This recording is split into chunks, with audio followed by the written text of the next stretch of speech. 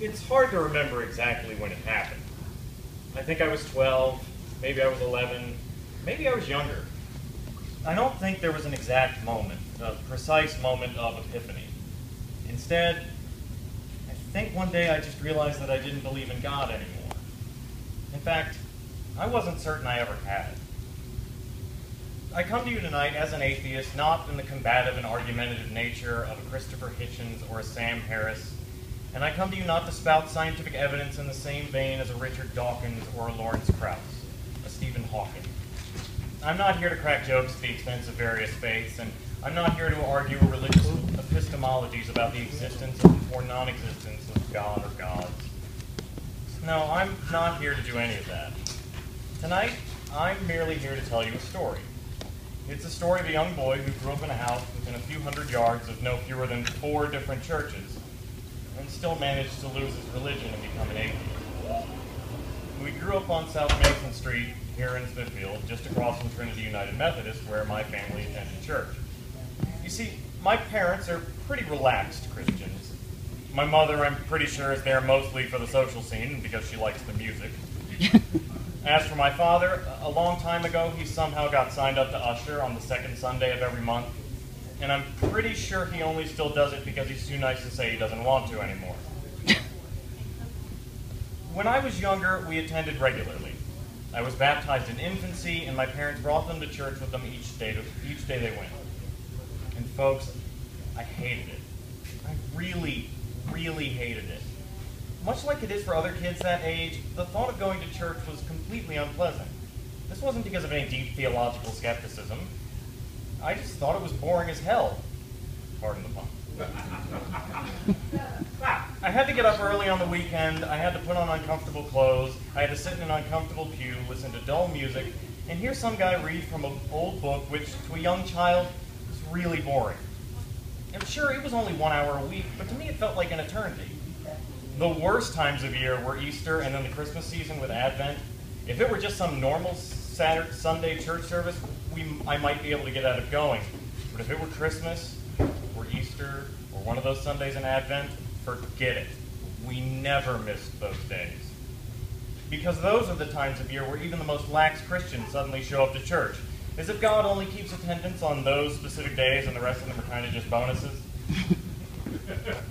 No, you want to sleep in and eat the candy the magical Jesus rabbit brought you. Well, too bad. Get dressed. We're going to church. Still, I didn't hate everything about it. I sometimes sang in the youth choir, and I really liked that. I also looked forward to vacation Bible school in the summer. These are some of my favorite activities as a child, but church itself, that was a real drag. Still, I went, but I never put any real thought into it. I still hated getting up on Sunday, but I went. I went because it was just what my family did. I didn't ever pay any real attention to the lessons that were preached, nor did I pay any attention to the lyrics of the hymns. As a kid, mine was an apathetic Christianity. It was empty, void of content. I guess I believed in God, but there just wasn't any thought put into it at all. It just kind of seemed like the thing to do. Do you remember those members-only jackets that everybody was wearing in the 80s? And how, even though they didn't look that good, everybody was wearing one? That's what my religion was like. God was my members-only jacket. And that's how it went for the first several years of my life. Now, as much of a non sequitur as this may seem, one of the most crucial moments in my life with regards to religion was when I first heard the comedy of George Carlin. I don't remember the exact age I was when I first heard George, but my estimation is about 7 or 8.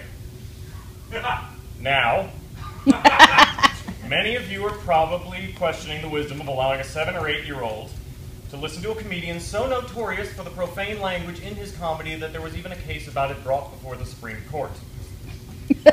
I heard him because my brother had downloaded some of his comedy off of the internet, and my parents, for reasons I don't fully understand, allowed me to listen to some of George with him. I ask that you don't judge them too harshly. But I listened to George and his jokes, and I absolutely loved it. Even though I was young and a lot of the jokes went straight over my head, he instantly became an idol of mine, and even today he's still one of my heroes. If you had asked me at the time, why I loved Carlin's stand-up so much, I doubt I would have been able to tell you. It gave me this kind of indescribable joy. Looking back, I can now understand what it was that I so loved about George. I'll admit, a lot of his appeal at the time had to do with the fact that I was 7 years old and he said fuck. A lot. For those of you who don't remember or never experienced it, being a 7-year-old kid and hearing an old man angrily scream the word motherfucker into a microphone brings with it this type of overwhelming bliss and sense of rebellion and nirvana that few other childhood experiences can carry. However, looking back on it now, I can realize that what so appealed to me about Carlin was the underlying sense of skepticism in his comedy. Everything he talked about was noticing what was wrong in the world. He raised a magnifying glass to commonly held beliefs, and he made us re-examine them, and he made us question if things were really as they should be. I didn't know it then, but that's what would impact me so much later. Now, if you want to know where I think my walk down the road to atheism truly began, if you want to know when it was that I really started to question the existence of God, I'll tell you. It started with the tooth fairy. I was 9 or 10 years old and I had just lost a tooth. Sure, 9 or 10 is probably a bit old to still be expecting a visit from the tooth fairy, but I was an imaginative kid and I guess my thoughts about the tooth fairy were about as deep as my faith in God. Anyway, I brought the tooth upstairs to my parents' bedroom to show it to my mother. My face bright and full of glee, my smile now tarnished by the absence of the tooth I was so excited to have lost. I'm going to get a visit from the tooth fairy, I thought. And she'll bring me $1 or $2 to spend and it'll be great. And when I showed it to my mother and told her that I was going to leave it under my pillow so the tooth fairy could come and take it, she looked at me and she said as casually and as nonchalantly as anyone has ever said anything, "I'm tired.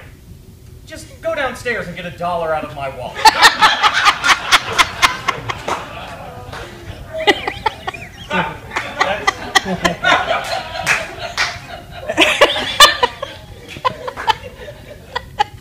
That's right. The belief I had in the tooth fairy, and thus any lingering belief in Santa Claus and the Easter Bunny along with her, was instantly crushed due to my mother's exhausted refusal to get out of bed and remove a tooth from under a pillow in a bedroom that was literally the next room over from hers.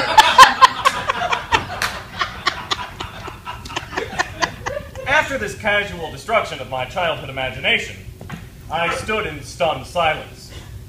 My father stared at her wordlessly, his mouth agape with shock, his face adorned with a wide-eyed stare that noiselessly screamed, "I don't think you were supposed to say that." Now, perhaps you think I'm joking, but this actually made me question a lot of things. My parents had lied to me about the tooth fairy, and they had lied to me about Santa, and they had lied to me about the Easter Bunny. Those childhood fantasies were gone, and so was the magic they carried along with them. I was distraught for a while, but it set into motion a certain chain of thinking. My parents had lied to me about Santa. And they had lied to me about pixies with a dental fetish and extra cash. Maybe they lied to me about other things too. And maybe, if the magic of Santa and the tooth fairy isn't real, maybe there's no such thing as magic. Maybe there's not even anything like magic in the world at all.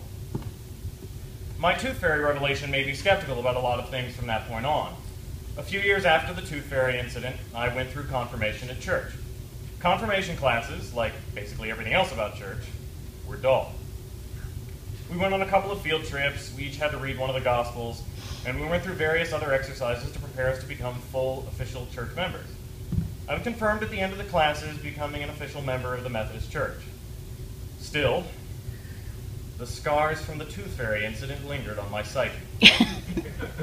Even by this time, a couple of years later, I started questioning other things in my life, and eventually I started questioning religion. I kept listening to George Carlin, and in particular, I listened to his routines on God and the Ten Commandments. I couldn't help but notice, and he just tore those things down in such a way that made me really doubt them. I couldn't help but notice that the miracles in the Bible were terribly similar to the type of magical shenanigans regularly pulled by Santa and the Easter Bunny and that damn tooth fairy. I mean, come on. Talking snakes, walking on water, people coming back to life? There's a little too much tooth fairy about these stories, if you ask me. So I took it upon myself to read the Bible. I'd only ever had it read to me by a preacher in church, so I thought it was about time to read it for myself.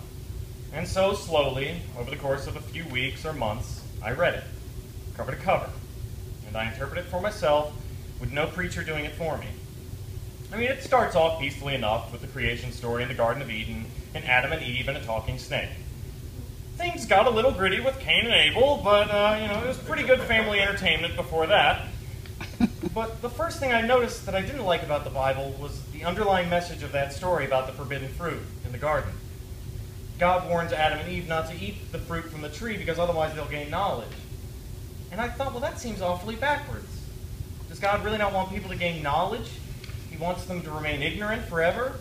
And now, because those two people ate an apple a few thousand years ago, the rest of us have been paying ever since? It seemed like a bad message. And for me, the Bible only got worse from there. The Old Testament is a litany of barbarism, complete with countless wars and laws that even the most conservative Tea Party candidate of today would balk at. For example, Deuteronomy chapter 22, verses 28 and 29, say that if a man rapes a virgin, he then has to pay her father 50 pieces of silver, which, at least to me, seems a bit low. He then has to marry the woman he raped and is never allowed to divorce her. Is this really what God wants, I thought? Exodus 31:15 says that anyone working on the Sabbath should be put to death. Now, I work at a local ice cream shop, and our busiest days are Saturday and Sunday. I'm happy to report that so far no ancient Jews have come in on the weekend and stoned us to death for serving milkshakes. And there was more I took issue with. I took issue with the near-complete lack of morality in the Old Testament. I took issue with the ridiculousness of the Noah story, which is one of the prime examples of a biblical story which has been converted from its original, rather more sinister form and transformed into something more palatable. The story of Noah and his ark has been changed almost into a children's story. You see illustrations of it with animals being led into the ark, with blue skies and rainbows in the background. What we forget about that story is that it's a story about a vengeful God drowning the world and everyone in it. Nowhere in those children's books about Noah do we see the point where Noah and his family drift by Kate Winslet floating on a dresser. And there were other things that bothered me. I took extreme issue with the concept of eternal torment in hell that's brought about in the New Testament. And I took issue with the Bible's grand finale, the book of Revelation, which seems downright hopeful for the end of the world and everyone in it. In the end of it, I found that most of the Bible repulsed me. And to this day, I actually believe that if we had more people who sat down and read the Bible for themselves, cover to cover, interpreted it for themselves, and looked at it without bias, I think we'd have more atheists. Eventually, I came to the same conclusion about the stories in the Bible and about God as I did about the tooth fairy. They weren't real. I couldn't reconcile the feeling of fakery I had about the miracles of the Bible with what I knew about the real world. There were a few things I couldn't help but notice, like how much like magic it all felt. And also the fact that the frequency of deific miracles seemed to have decreased precipitously since the invention of the video camera. And just like that, after a long thought process, I gave up believing in the stories in the Bible. And I gave up believing in God. I don't remember a specific moment that it happened. I just realized I didn't believe any of it anymore.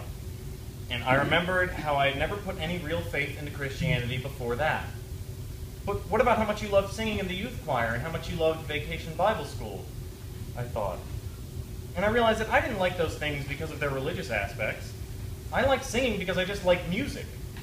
And I liked Vacation Bible School because I liked the activities and hanging out with the other kids. All the things I ever loved about church had absolutely nothing to do with the things church is really supposed to be about. God and Jesus. And what I find ironic now is that as an atheist, I'm more religiously educated than I was as a Christian. I know more about Christianity, more about Mormonism, more about Catholicism, and I know more about non-Christian religions like Islam and Hinduism. And I even know a bit about Scientology, if you think that's really a religion and not just L. Ron Hubbard trying to make money. I've read books by Christopher Hitchens and Richard Dawkins and Sam Harris that argue against religion, and I've read books by C.S. Lewis and Francis Collins and Lee Strobel that argue for it. And despite my lack of faith, religion is one of my favorite topics and one of the things that interest me most. So much so that I write 20-minute monologues and perform them in front of tense, captive audiences. Sometime after my atheistic epiphany, Easter once again rolled around. My mother was demanding that I go to church because, of course, it's Easter, and I have to. I was resisting quite fiercely, and I was getting very angry with her because I really didn't want to go to a service to celebrate something I didn't believe in. Eventually she asked me why it was that I was so against going, and I blurted out, "It's because I don't believe in God." She seemed taken aback by this, and we had a long discussion about why I didn't believe anymore. As I mentioned before, my parents are very relaxed Christians, so it wasn't like I had just told the Westboro Baptist Church I was an atheist. She was pretty calm about it, and we talked it out. But I still had to go. And I hated it just as much as before, if not even more. But there's a happy ending, at least for me. I never had to go again. In fact, ever since that one Easter morning, I haven't gone to a church service ever again. Now I get to sleep in on Sunday, I don't have to put on uncomfortable clothes, and I don't have to listen to a guy read boring old stories that I don't believe in. I put my religion away. I gave up God and His commandments. My religious faith is gone, lost, adrift, just like Kate Winslet on a dresser. Thanks for listening.